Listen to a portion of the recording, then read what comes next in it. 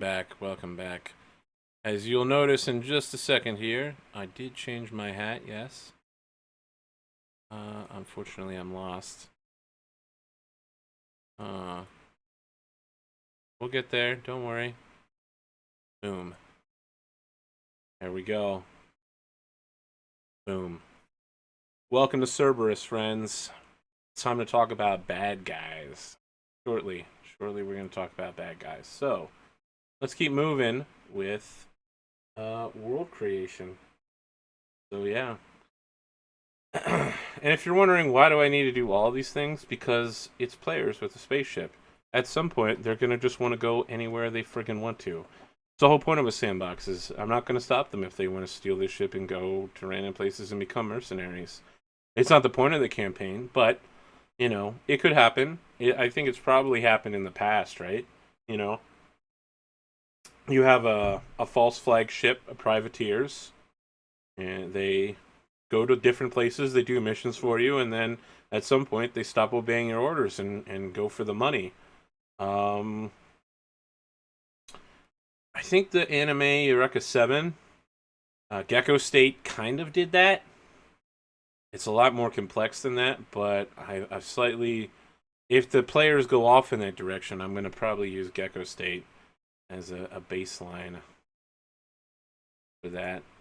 Undoubtedly, it happened during the Age of Sail, however. Let's figure out Ortiz. Ortiz is in the same sector as Kashkai. So it's undoubtedly going to be a member of the Remembrance Pact. Let's figure out what's cool about Ortiz. It's a radioactive oceanic world. Interesting. So I think the population is probably mostly mutants. I think the atomic weaponry got into the water supply.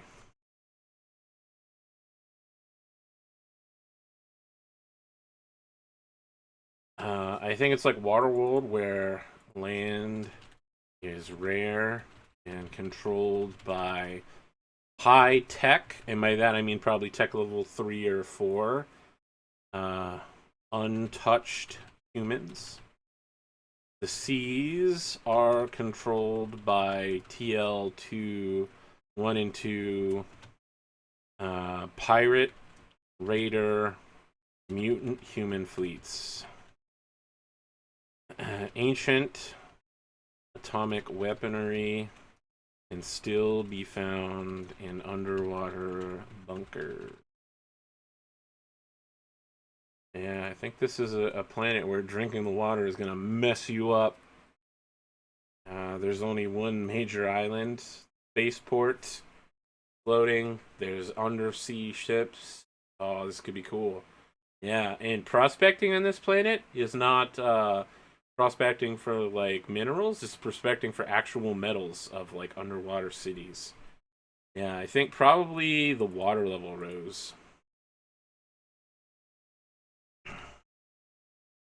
In post Scream Atomic War. And now most of the so like the global warming that we're worried about now happened on this planet. And so they are a hydraulic despotism, and the literal thing that's under control is actually water. Um, Fresh, unradiated water is extremely hard to find. You either have to buy it from this island of bitter, non mutant humans who have the technology to make it unradiated, or you have to. Well, that's basically it, right? I mean, even the stuff that's falling from the sky is still going to be irradiated. It's in the water. So yeah, they. Why did they join the Remembrance Pact? Well, I think that the war was instigated by Kashkai. I think Kashkai probably fucked up a lot of planets around it, and now they are like paying the price. They've become like post World War One Germany, where like now that they've re-established contact with the other planets, it's not like they're in debt, like literal money payment, but they're morally like paying for it. They're remembering the sins of their past, and they feel the need to give what they can to help out. And so they've helped form the Remembrance Pact to like supply and aid others. It's not a military compact. Like, Thoe, Kashkai, and Ortiz are never going to roll up on the Federal Society, even though they're close by. It's more of like a humanitarian aid pact. These are player worlds. Alright. Go with the one world system. Vote soon.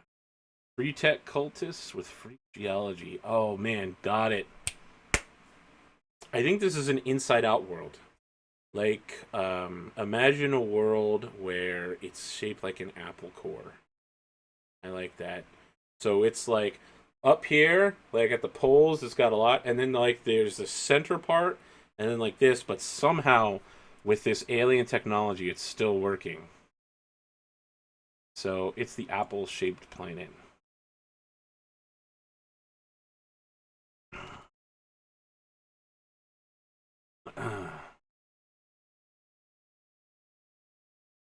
Planet held together by alien technology and unusual geometry. What do they worship here? Free tech. They're tech priests worship teal for equipment to maintain the world's gravity fields. So they're like a variant of the Warhammer 40k tech priests. You know, they believe that the gravity fields were put in place by the one true God, and that if you touch them and you aren't a tech priest, then you die for heresy. And that in order to maintain them, I think probably it's like the aliens that made it did something like the Perimeter Agency, where you have to like say certain things or press certain buttons or do something in order to get it to work. And these guys figured out how to do it and incorporated it into their religion. And I don't think they're members of the Remembrance Pact, so they're like an independent world. They have no one. So let's make sure to mark them worlds with no one. No one. Themselves. Well, that's still going to be no one. The Rahana system, no one, and no one. And the government on this world is a theocracy. Those who believe shall rise, and those who do not are burned. Currently TL3. So, like, the general technology on the world is like cell phones and assault rifles and stuff like that. Things we have in common day. Trains, cars, planes. But the tech priests maintain the TL for alien pre-tech that they found on this planet that keeps it together, because it's not a globular world. It is not a circle or a sphere. Oh, shit, I don't want to mess anything up there.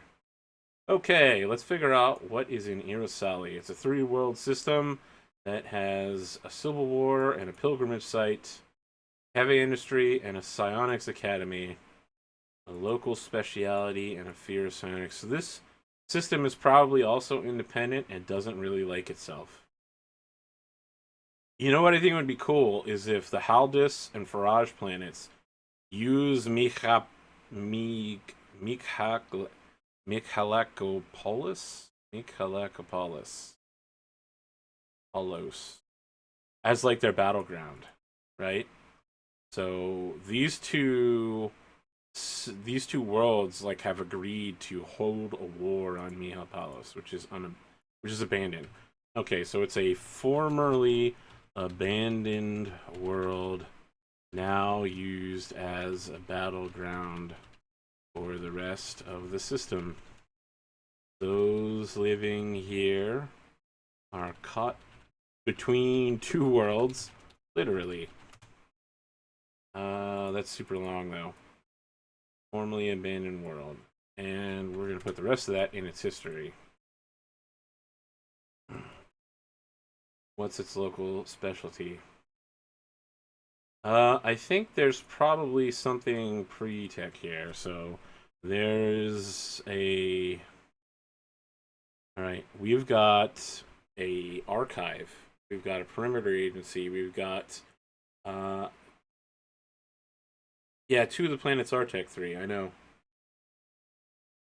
You think that the Tech Level 4 planet would take them out? Oh, that's a good point. Well, they would. Tech Level 3 still has space travel, right? Because we have space travel. They just can't go very far. Um, hmm. That does bring up an interesting point. Does one of them have more people than the other? So this is an outpost, and this is hundreds. Yeah, I still think this is even. Let's. You make up a good point, Magruka, but let me try to explain it this way.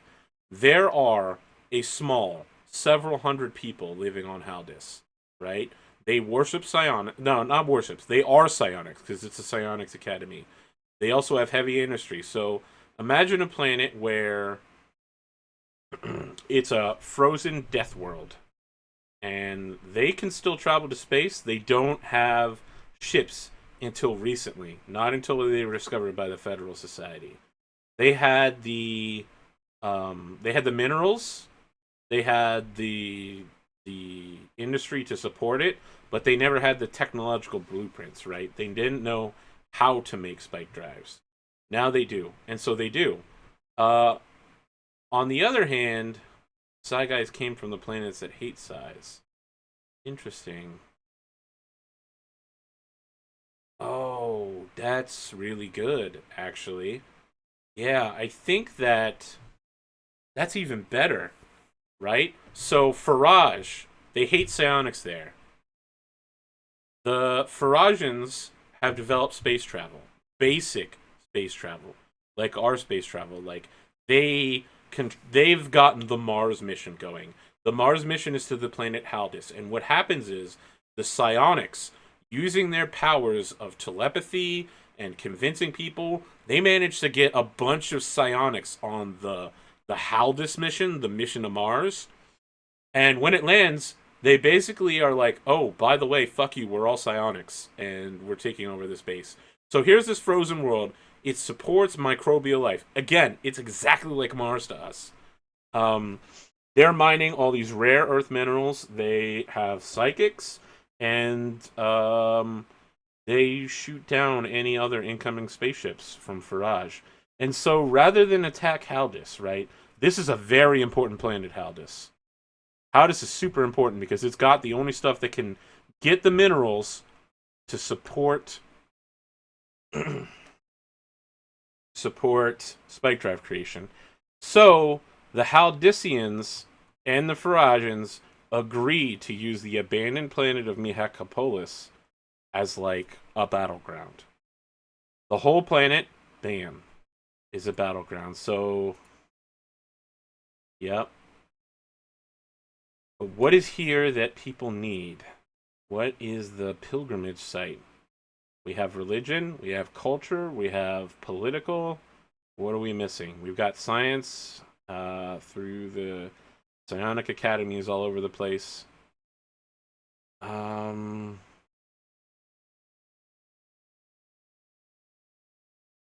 mall.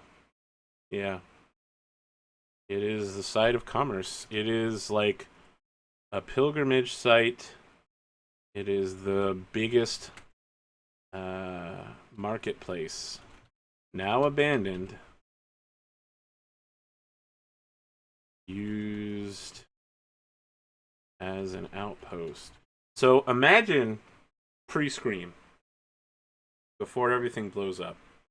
There's a planet. It's oh my goodness. Mikhalakopolis. Polos, right? It's got like a several dozen kilometers large mall. It's a huge. It's a spaceport and a marketplace all rolled up into one. Okay? It is the center of commerce. I think that all of the spaceports in the sector currently probably base it on this design. Like, no one really knew how to make spaceports because they were all destroyed. And then they saw, like, this pristine, perfect one. Oh, gladiator combat. That's great. That'll tie into this. Um,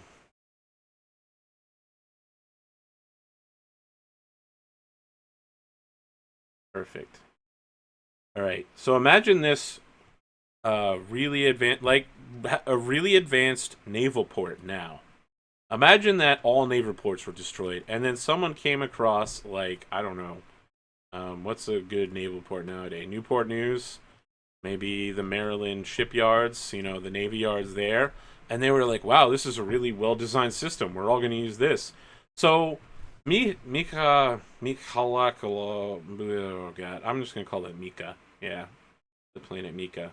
There we go. I'm sorry. I guess that's Ukrainian or something. I cannot pronounce it. Someone like tell me how to pronounce it, and I'll do better. The planet Mika, right? It's got this really pristinely intact spaceport, and people design their spaceports based on it. But more importantly, there's like a gladiatorial arena now, and the other two planets send their stuff here. Oh yeah, I know I can change the names in the wiki, but I'm only using the wiki as kind of like a guide stone. Most of what I'm going to be using is in this documentation that I'm making. So Haldis is a psionic outpost from Barrage. Is a manned Mars mission taken over by psionic terrorists looking for freedom. Now they direct remote robot mining for rare earth minerals and trace components.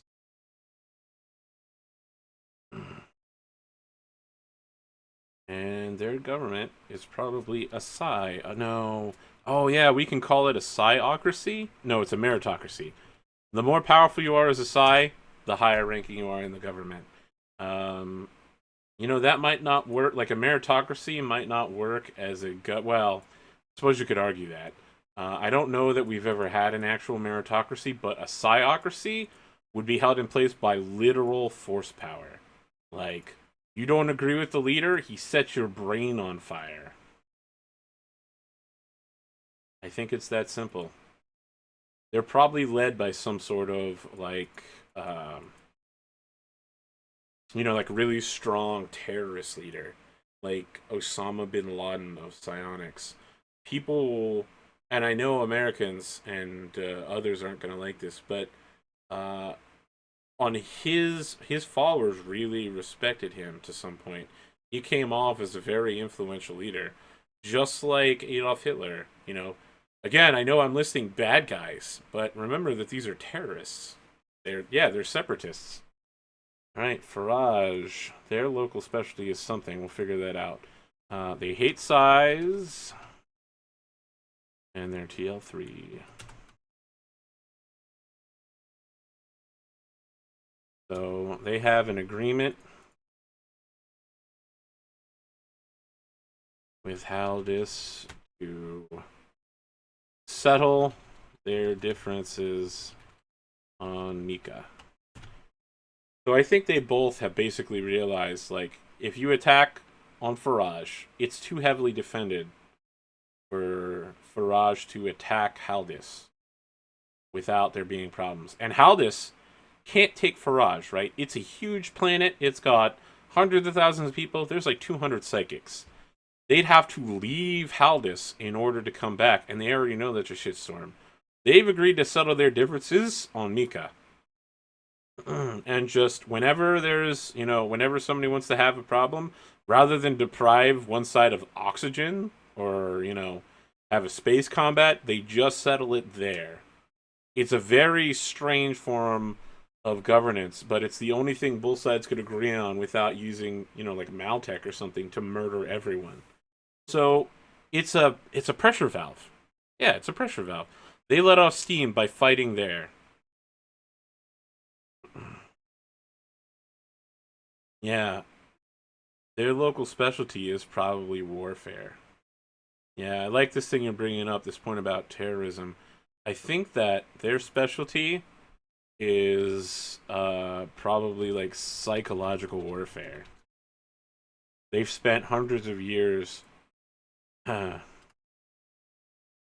hundreds of years perfecting war and war science using any and all levels of technology.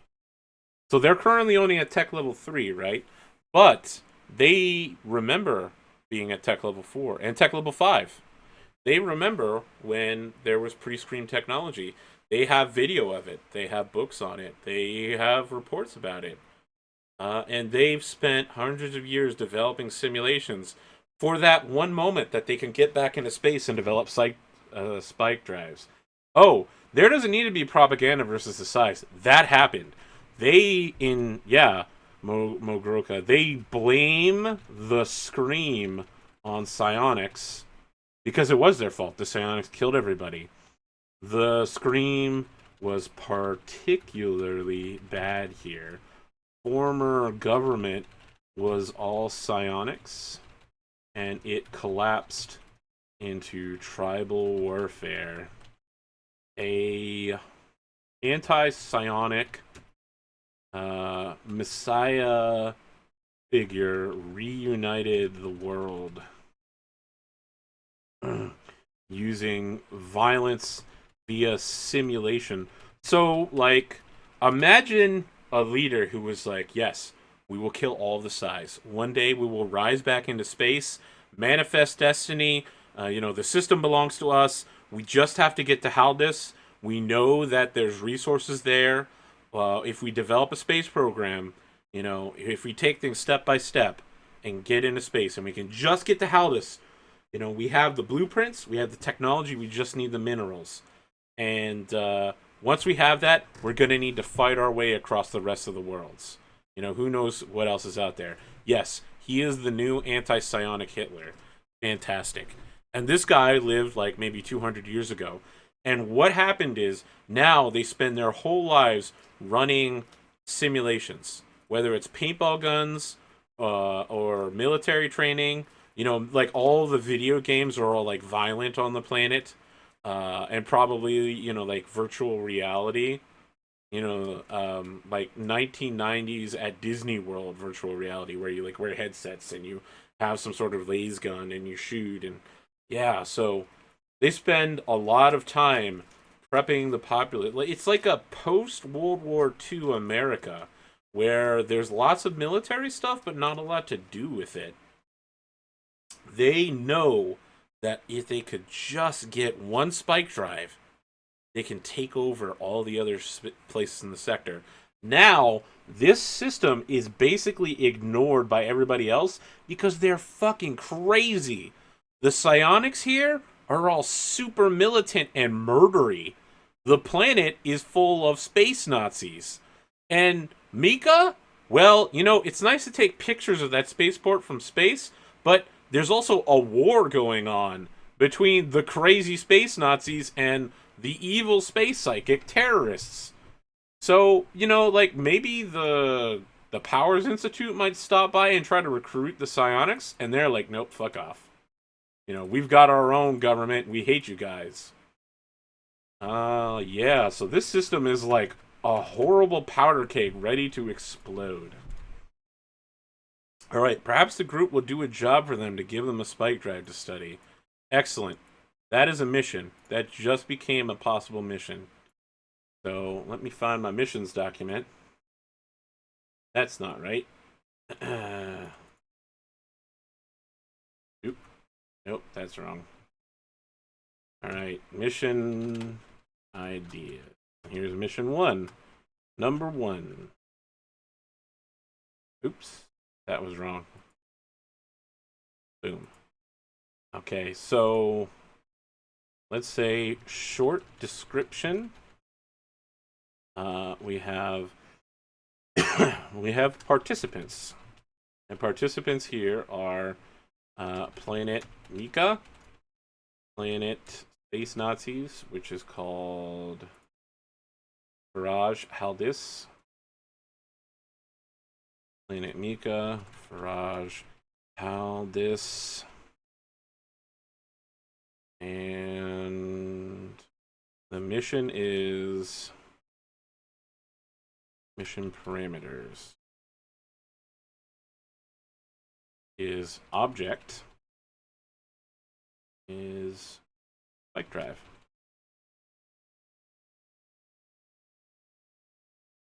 I still haven't figured out how to do that, so we'll do this instead.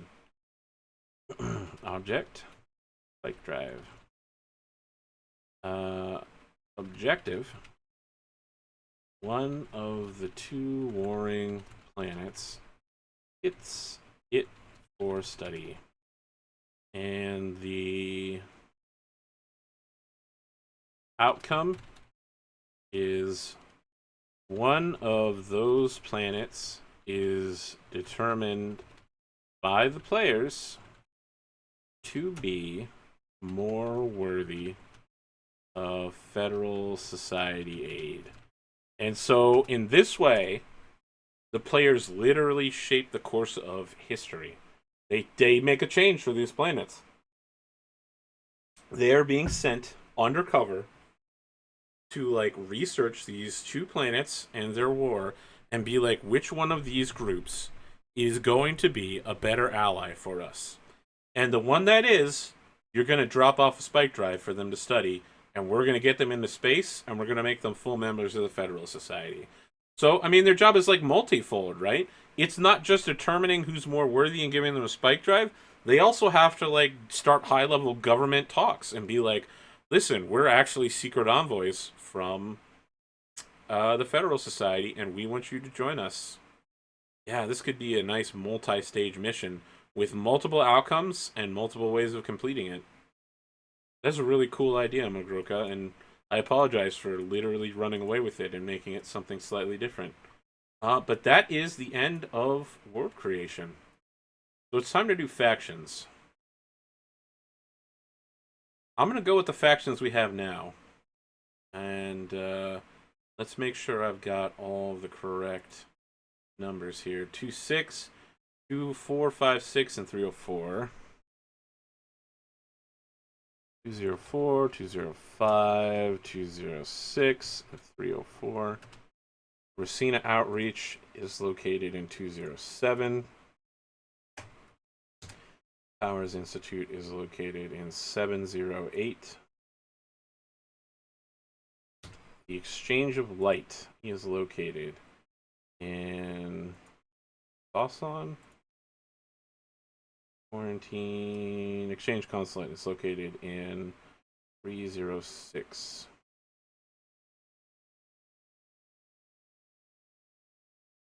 And we've also got the Farjin Iron Directorate. I don't know if I want that to be a faction. I don't know, like, I think whoever ends up getting the spike drive will become a faction, but I think that's a cool name for the government. So we've got, this will be in my storing of government names as well. Iron Directorate, and they are located in, is it Irasali? So Irasali is 308.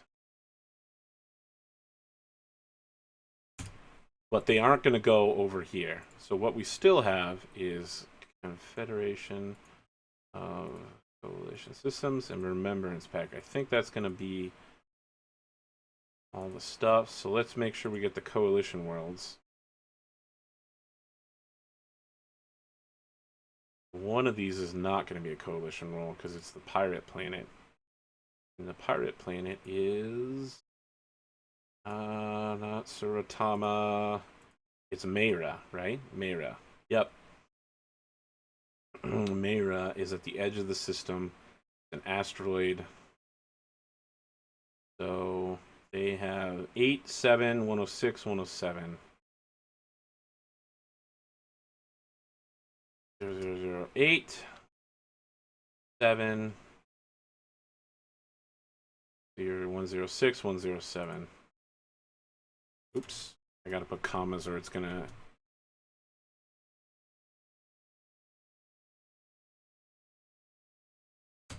Alright, and the Remembrance Pact is gonna be those down there. Bargain Iron Directorate. Man, I love the idea of like, because they've it's the planet like worships Nazis basically, that all leaders try to base themselves off of the original like Adolf Hitler Messiah figure. And so they all like dress the same as him and have similar haircuts. And so like the Iron Directorate really hasn't changed that much over the years. The Iron Directorate Teil. I don't know if I want to make them German. That would be too stereotype, I think. But I would be okay with working on it to make them something. Alright, so this is the Worlds of the Remembrance Pact. It's 209, 307, and 409. So they're actually spread out. They've got Irasali in the middle that's basically a death zone. People show up in Irasali, and maybe they like have an exchange space station that's like a gas place. So it oh, that'd be really cool, like a Jupiter like gas giant, and they do like gas mining from it. They pull out like the heavy hydrogen needed to fuel the spike drive, and they pull out like oxygen for ship systems, and they have some, plants for growing food. So you can show up and you can get refueled. But you definitely don't want to fly in system because you'll be shot down by these planets that have lots of weapons and angry people who are either anti-psionic or militantly pro-psionic.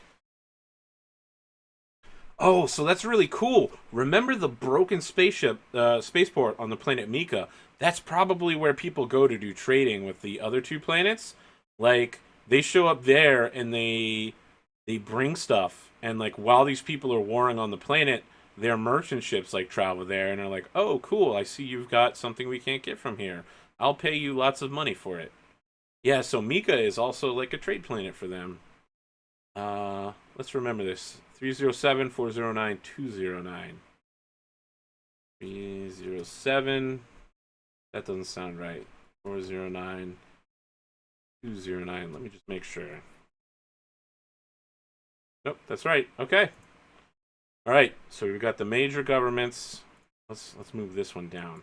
Those are the current factions, and these are possible future factions, like the Farajan Iron Directorate and the Haldesian Psionic. Oh, the Psi Corps. Yeah, I'm gonna pull a Babylon 5 here. They call themselves the Psi Corps. Remember that their whole planet is like super militant, and so I think the Psi Corps' symbol is like a triangle with a fist in the middle of it, and they're like extremely militant, extremely terrorist psionics that they believe psionics are better than everyone else. Because they only remember most of the contact they've had with other people has been just through Farajan. The real only outsider contact they get is through Mika, where they're fighting. And, every time they lose, they have tech level 4 technology, right? And they're fighting tech level 3, so, probably like one of their spaceships or land tanks can take out like 100, 200 dudes from the other guys. But every psionic they lose is a huge blow to their population. One person in 200 is a significant chunk.